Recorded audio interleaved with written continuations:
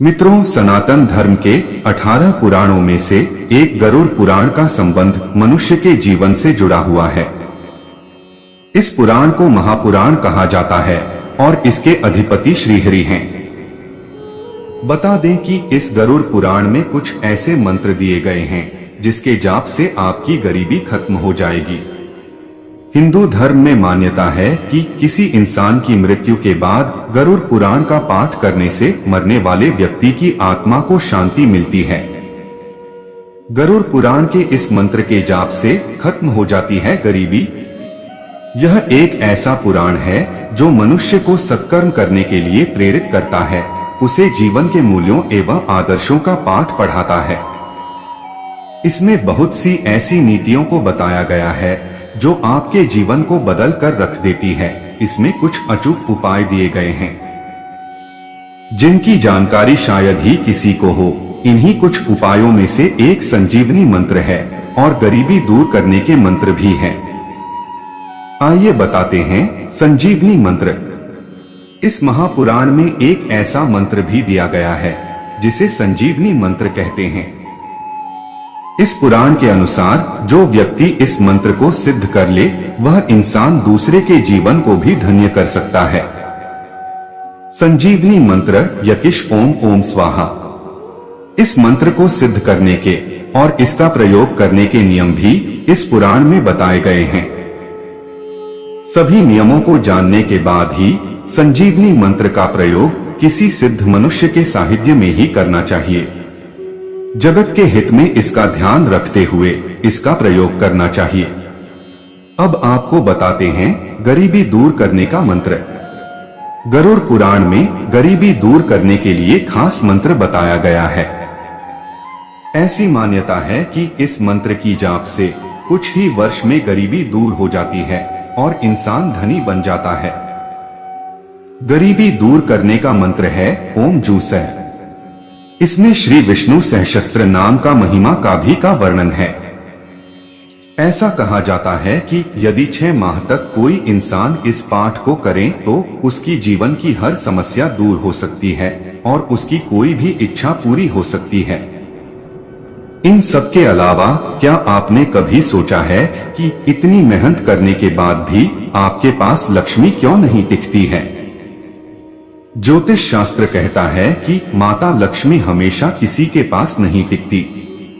जिसके ऊपर उसकी कृपा दृष्टि होती है उसके जीवन में ही वह एक आशीर्वाद के रूप में आती है और उसका पूरा घर भर देती है।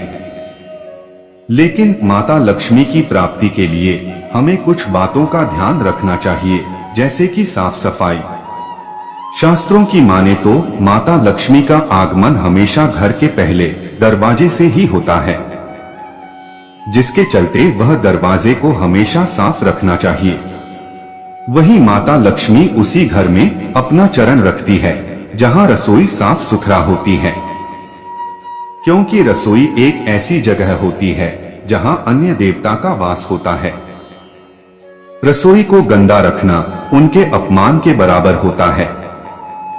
बहुत से लोग अपने रसोई में गंदे बर्तन फैला कर रखते हैं और सुबह उनको धुलते हैं। यह शास्त्रों के अनुसार उचित तरीका नहीं होता है।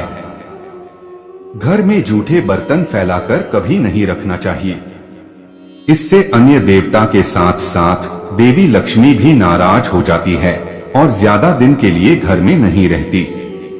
उधारी का लेन देन जरूरत पड़ने पर अपने संगी साथी या परिवार के लोगों की मदद करना अच्छी बात है, लेकिन उधारी लेना और देना कई बार आपके लिए मुसीबत खड़ी कर सकता है। मदद करने के रूप में किसी को उधार देने से माता लक्ष्मी रूठ जाती है और आपकी घर कभी भी नहीं आती। वही शुक्रवार को उधारी लेना या देना बहुत अशुभ माना जाता है। कहा जाता है कि शुक्रवार के दिन उधार में दिया गया पैसा जल्दी वापस नहीं मिलता। अगर इस दिन आप किसी से पैसे उधार लेते हैं तो आपको चुकाने में कई समस्याओं का सामना करना पड़ता है। परिवार में अभद्र शब्दों का प्रयोग। पति और पत्नी गाड़ी के 2 पहिए हैं जिसे जिंदगी भर आपसी संतुलन बनाते हुए जीवन को आगे बढ़ाना होता है। ऐसे में जिन घरों में हमेशा पति पत्नी के बीच झगड़ा होता है और एक दूसरे के लिए अपमानजनक शब्दों का इस्तेमाल किया जाता है, उस घर में दरिद्रता का वास हो जाता है। वहां मां लक्ष्मी वैसे घरों में कभी निवास नहीं करती, जहां पर परिवार के लोग एक दूसरे से लड़ते रहते हैं।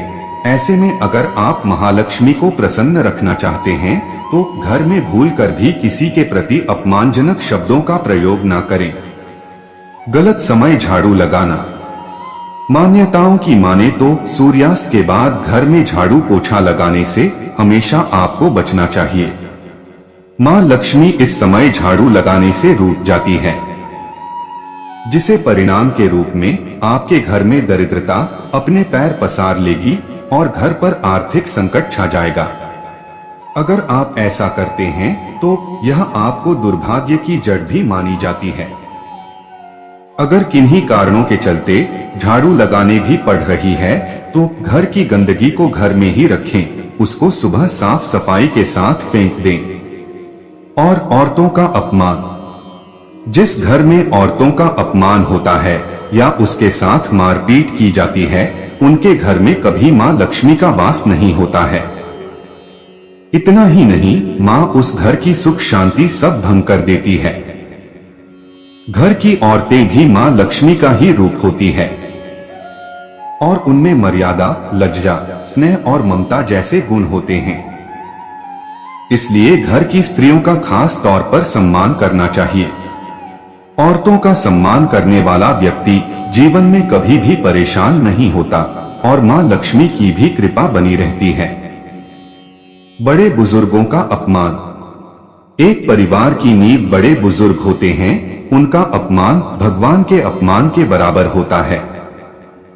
सोचने वाली बात है, आखिर क्यों माता लक्ष्मी ऐसे घर में आएंगी जहां भगवान का अपमान हो रहा हो। ऐसे घरों को माता लक्ष्मी का आशीर्वाद कभी नहीं मिलता। इसलिए कहा जाता है कि अपने बड़े बुजुर्गों का भूलकर भी अनादर ना करें और जहां तक हो सके उनकी सेवा करनी चाहिए। ध्यान रखें, जिस दिन आपके वजह से उनकी आंखों से एक भी आंसू गिरा, उसी दिन से आपकी बुरे समय की शुरुआत हो जाती है। तो मित्रों, आपने जाना कि गरुड़ पुराण में बताए गए किस मंत्र के जाप से खत्म हो जाती है गरीबी।